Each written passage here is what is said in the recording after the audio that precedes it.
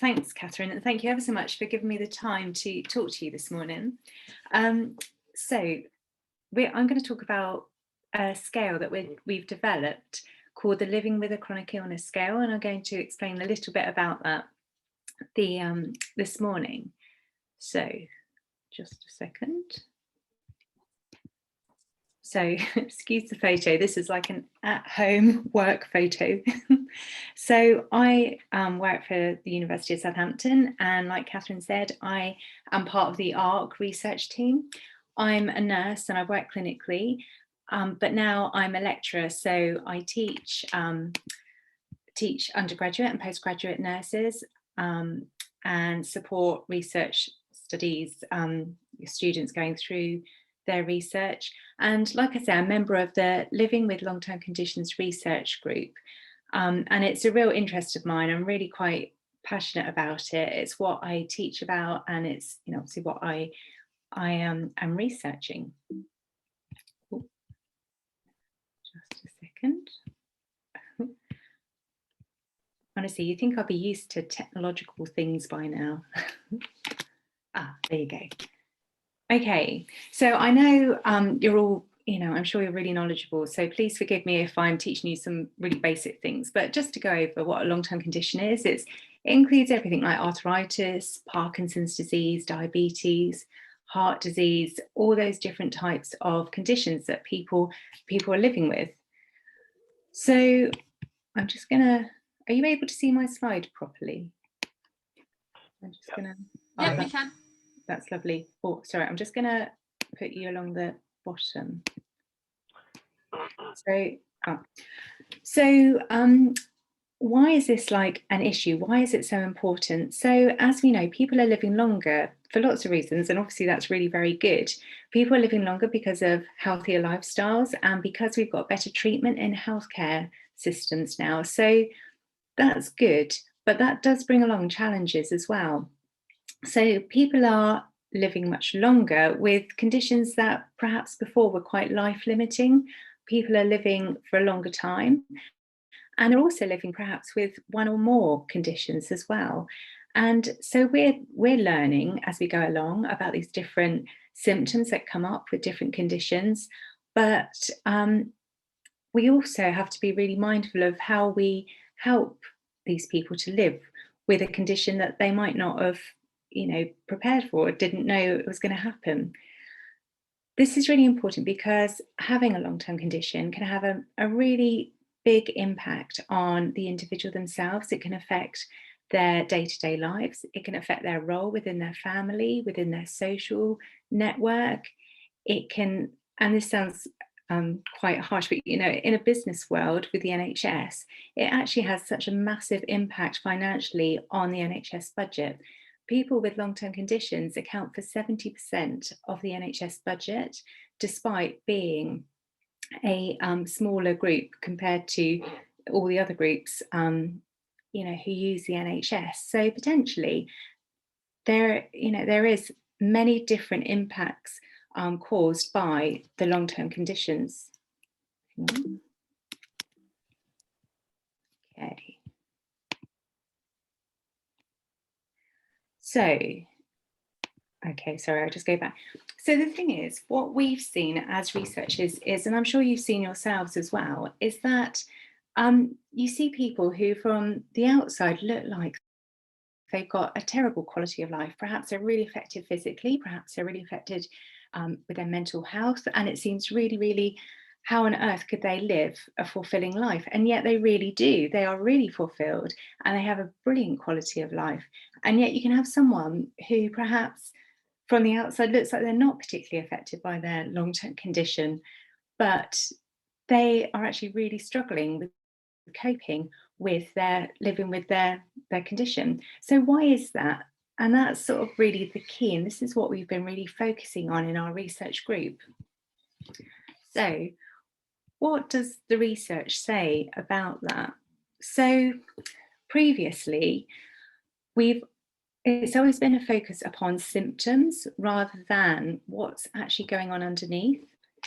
So physical symptoms. So if we think about scales and questionnaires and things like that, there's lots of questionnaires um, and scales about things like falls, pain. You get your pain scale, don't you? Fatigue, all measuring those symptoms, which are really important, but they are the symptoms of what's going on underneath.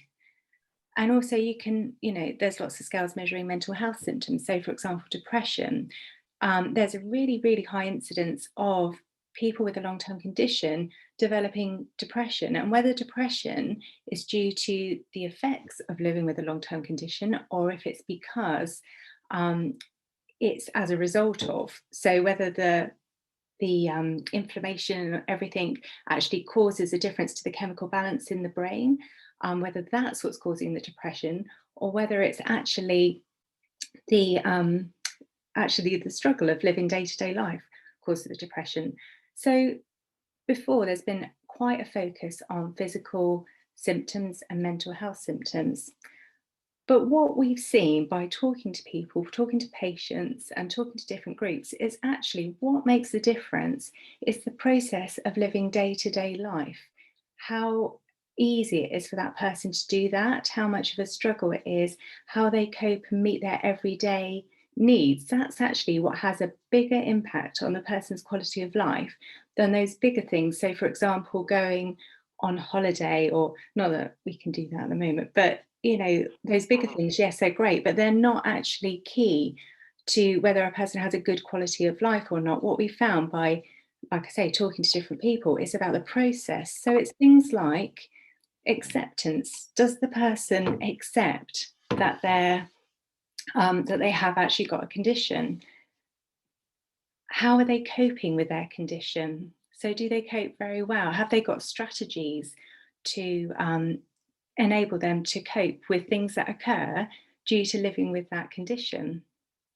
How do they control and manage their condition? Have they had enough? Do they know enough? Have they got enough knowledge about their condition and like their red flags? So when they know that perhaps actually they're becoming, their health's deteriorating a little bit, can they get in there earlier rather than waiting for that crisis point?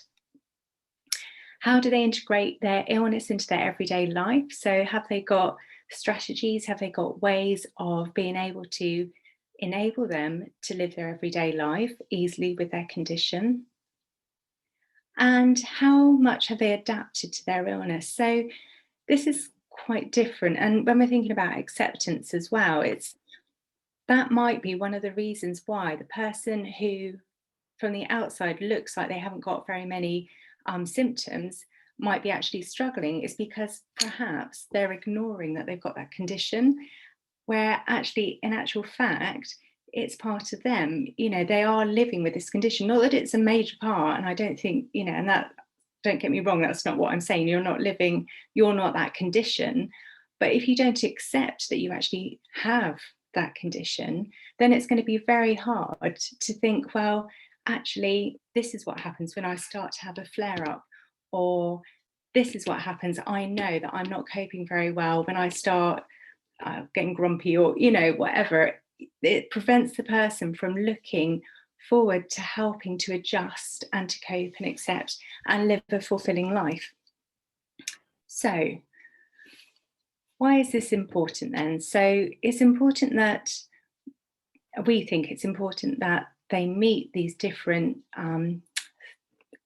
areas, because it will lead to someone having a better quality of life and a more fulfilled life. So their role in their normal life, in their family, in the community, all these different things, they're able to self-manage their condition better, so less reliant upon the NHS. If someone is self-managing, it doesn't mean that they're just left to do it all themselves.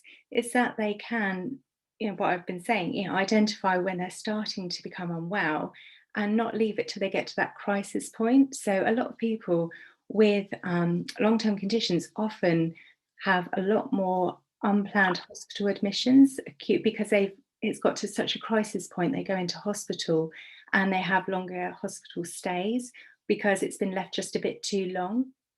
But if you can help someone to understand when they're starting to not be very well, then actually they could get in there with some sort of strategy or some sort of plan to, stop them getting so unwell.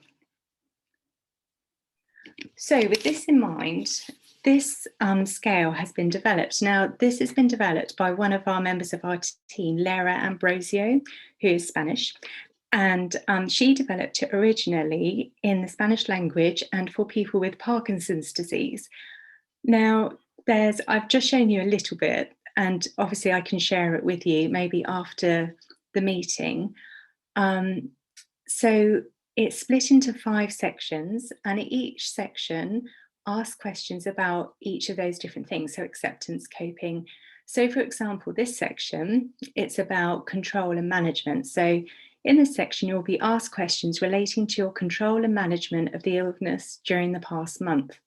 And you can see there's just all the person needs to do is tick or cross where they are in that. So never, not at all, to always, very much. So there's a statement. So I make use of resources, for example, information, support, associations, to control and improve my situation with. And now we've obviously translated it into English. We're looking at a number of other different conditions. So obviously you put in whatever condition they've got there. And they go through, and I know this illness and I always know what I have to do to control it. So dependent on how they answer can give an indication of how that person is coping or accepting or adjusting. And this is a really novel idea. There's like really nothing like this out there at the moment. So it is quite a new thing, but it is potentially really exciting because they're quite hard concepts to sort of pinpoint really and measure. But the wording of each of these statements and how the person answers can really give an indication to the healthcare professional, to the person themselves, of how well they're meeting, if they are accepting these sort of hidden underneath things that might be going on. So, what are the benefits of the scale? So, like we were saying, it identifies areas a person might be struggling with, but aren't always obvious. So, the person might not always realise. It's not always very clear. Um, like I say, even though it was developed for people with Parkinson's, it can be used for a number of different conditions. And that means things like if you identify perhaps someone with Parkinson's disease and someone with arthritis, and they're both struggling with coping with their illness or acceptance, it means that you can perhaps direct the person to resources and help about acceptance rather than the disease. You're not focusing on the disease, you're focusing on the person. It's really about individual care. So maybe you could have, rather than, there is absolutely a place for support groups for Parkinson's or arthritis, different things like that, but actually there might not be a need for it within this sort of realm. They just need support on how to accept, how to cope. So it's about, like I say, not the disease, it's about the person.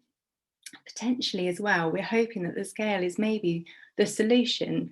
So by actually identifying where that person might be struggling, if they hadn't noticed that before, that might be the key for them to start that process themselves. But if it doesn't, then it can help the healthcare professional or the community member to direct the person to the best support for them. So there's a number of different outcomes. So where are we now? So some of you, I'm not sure, might have been involved. We had a PPI group, and they really helped us when the scale was translated from Spanish to English, because obviously we've got the language difference, we've got cultural difference as well. And so it was really important that made sure that the questions were understandable and that they were culturally acceptable. So hopefully nothing offensive, but it was just really to make sure that there was nothing that could be misunderstood and that it was asking the questions that we wanted to be asked. So we did that, and we undertook the whole pilot study last year. In the middle of it, obviously COVID happened. So we were meeting people face to face, going to, groups and all that sort of thing. And then obviously that all stopped. So we had to change strategies, but that was all good because we do it over the telephone now, or we do it via email. But we were able during the pilot study to identify the process, if there are any hiccups, anything like that, and really sort it out before we went on to the main study. So the pilot study we've just published in a journal just last week, actually. And now we're sort of halfway through the main study of recruiting. So the purpose of the main study is to test if it measures what we think it measures. There's no point sending it out there if it doesn't actually measure coping or it doesn't actually measure acceptance. And it's called a validation study. And validation studies, you need to have a lot of people. So we need 1,670 people to take part in the study. But actually, the community groups have been brilliant. And also, we're going into the NHS as well. So they're being really supportive as well. So we're hoping to finish this by not September, October, November, the end of this year. So the overall aim, of the big thing, is to have the scale used in practice to support patients to live well with their condition and to reduce cost of time and I can't see what I've written there, on money, of time and money on the NHS. And as you know, probably with research, it's like many small steps to get there. And these small steps can take a long time. But the next small step, hopefully, is to identify what the best way to introduce the scale into clinical practice is.